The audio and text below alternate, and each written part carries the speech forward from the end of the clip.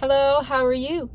I am doing well, kind of. Struggling a little bit, I should say, due to a surprise visit of a family member. I was rushed out of my kid's dad's house, and he lets me stay there when it's very, very cold, like under 35. And for the next few days, it's not going to be that cold, but like later next week, it's supposed to be like 30, and then another day 35. And I think I'm just going to try to tough it out in the truck. There's very, very stressful situations in that house. I'm under enough stress, and I just don't want any more. I don't know. I don't want to go in great detail. But the biggest part of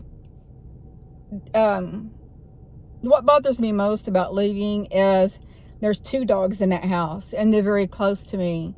And at night, one cuddles with me, and the other one, if he doesn't go in my daughter's room, he lays in the room I'm in. And then she has to come in and drag her dog out of the bed because he doesn't want to leave. And I love that. But it's her dog. I can't say much. So I've been talking to my guides and StarFamily in my head, if that even makes sense.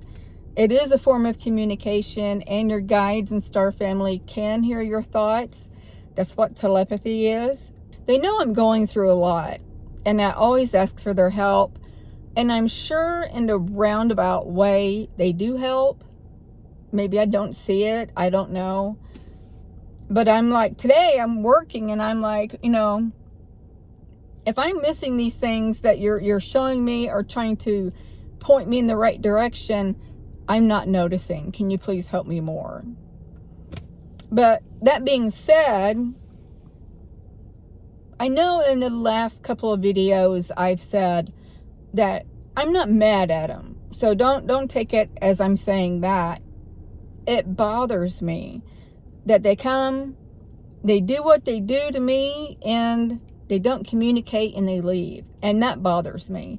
I feel like I have the right to know what they're doing, and I would like answers to my questions about certain things. Meaning, what the heck is my mission here? And other personal questions, I guess. So when they come and I woke up and I know they're there, I just kind of like roll over and just go back to sleep, because I'm tired of forcing myself to stay awake and not getting what I just told you, communication. So that being said, last night, I don't know what the hell happened. I really don't. And it I don't think it made me mad after it happened, but when I was thinking about it today, it kind of made me mad. So I'm going to describe this to you. I woke up to what felt like somebody had 2 pair of tubular socks, and they were doing this, making them like propel to my face. It didn't hurt. Of course, socks is not going to hurt like that. But that's exactly what it felt like. And it was hitting me in the face. And I remember I woke up startled, like, what the heck? I didn't see anything. But I know part of me knew it was them. And I wasn't going to look for them. And then I don't know if I seen what I saw with my third eye.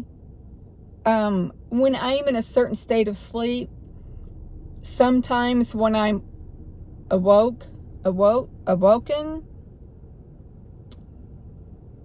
you know where I'm going with that. Sometimes I see in other dimensions. I saw, I think right after that happened, I saw what looked like in front of me were 2 long, narrow windows. And it's not very wide. And it has very small mini blinds that you get from Walmart. But what I was seeing was bigger mini blinds, and they were open, and a bird, I don't understand it, a bird was standing on one of the single blades in the blind and was spinning. It would like go forward and be upside down and then come back around. And it was doing that. And I remember I smiled like, what the heck? And then I forced myself to go back to sleep. And that was it. And the reason why I say I see in different dimensions when I'm in a certain state of sleep,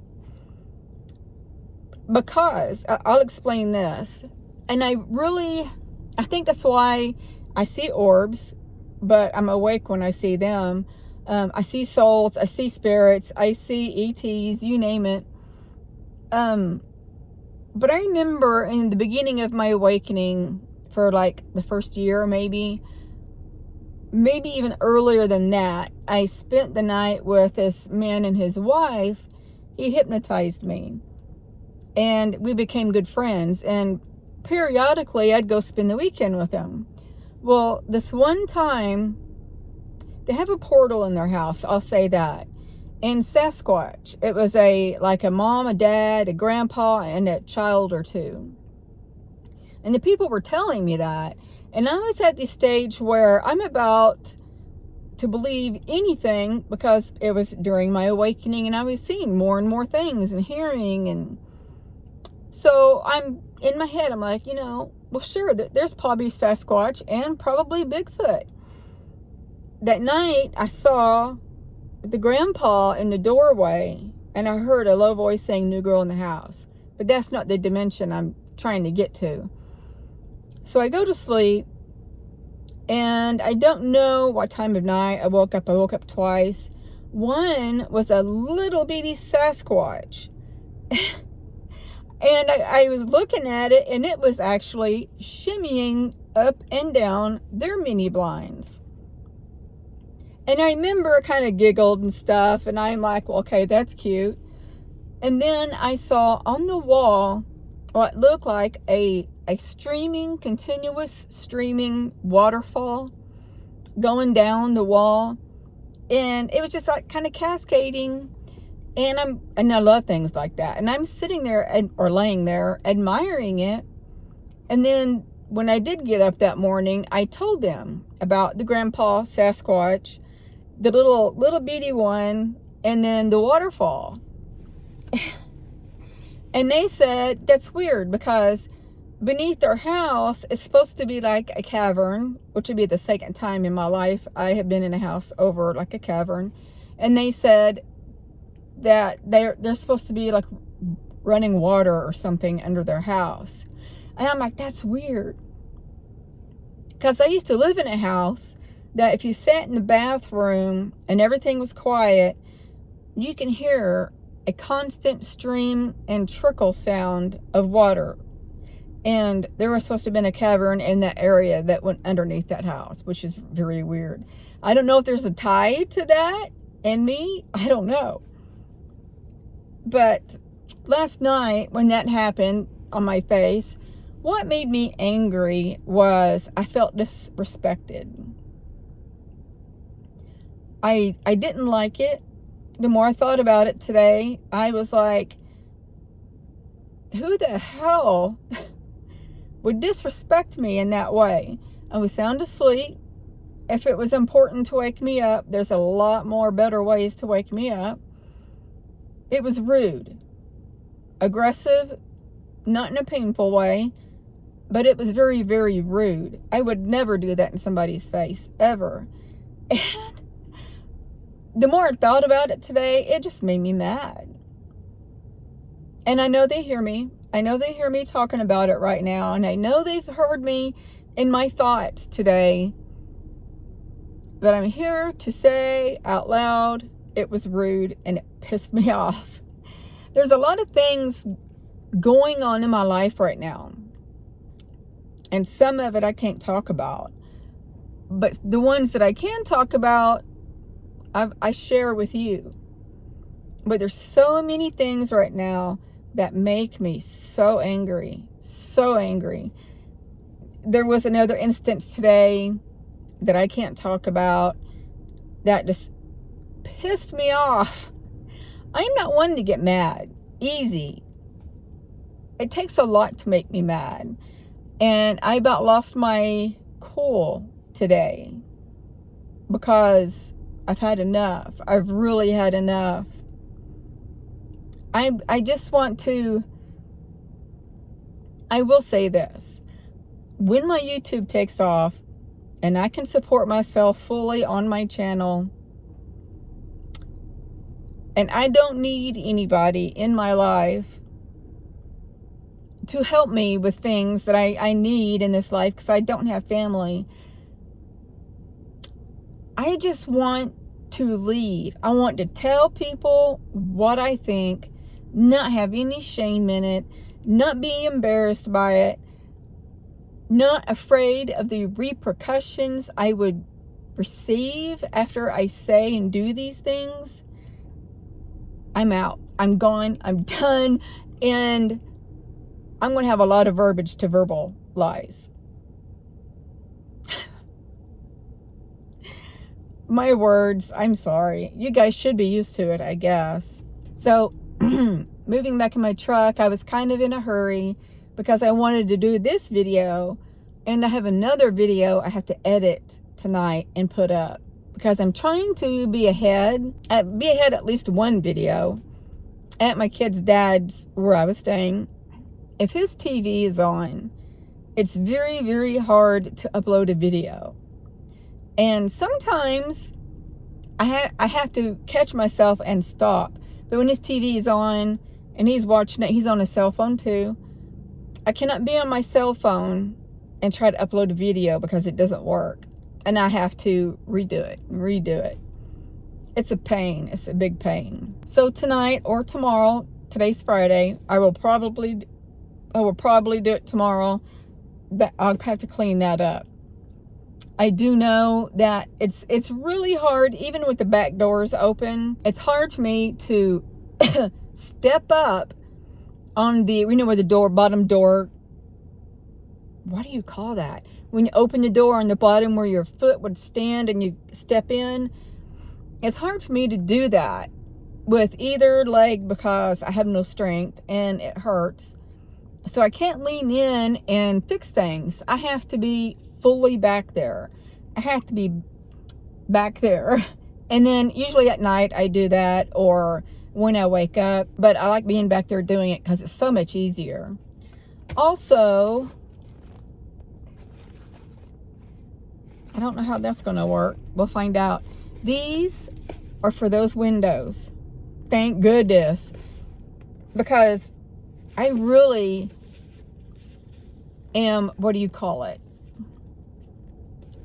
Schizo? That's not the word. I don't like that word. Paranoid, that's it. That people look in at night while I'm sleeping. And then when I get dressed, I had to put my back to,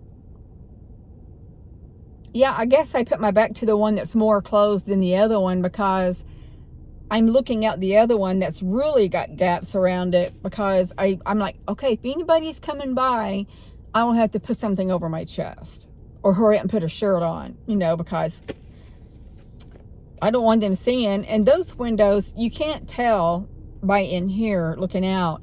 But when you're standing outside looking in, all but the front window, driver's side, passenger side are tinted, and they're very, very dark.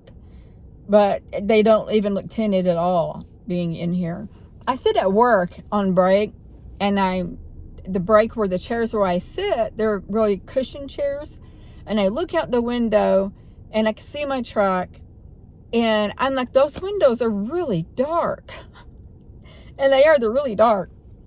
So after I tag my truck, and probably after surgery, I will get the two front windows tinted. So I'm going to end this here. It's kind of a long video, but sorry about all the venting. I feel safe in doing so because it's through a video. And sure, people can say, you complain a lot or give their opinion, whether it be negative or positive. I don't have many friends I could talk to except one. Her name is Lanita. If she's watching this, hi. But I don't like unloading off of her. She's such a sweet person. Her husband, I saw a past life of him, and it was a flash. And he was a gangster, like in Chicago. He had the hat they wore, and it was kind of, the brim was sideways, and he had one of those old machine guns with the round part in the middle of the gun. The round part would be like here, is like a machine gun kind of. He had that, and he was in a suit. And I made him, well, I didn't make it personally. It was a cup like this, and a guy we know makes them. And so I had him a cup made that had a gangster on it. And I made Lanita one because she was an angel. And I always tell her, you've got a pure soul. And so I made her one with the angel on it in her name. And it was really pretty. But yeah, I really love Lanita. And I hope she knows that. I'm sure she does to a point. Okay, guys, I'm going to end this here. I love you so very much. And I'm going to send all of you love, light, and peace. Bye.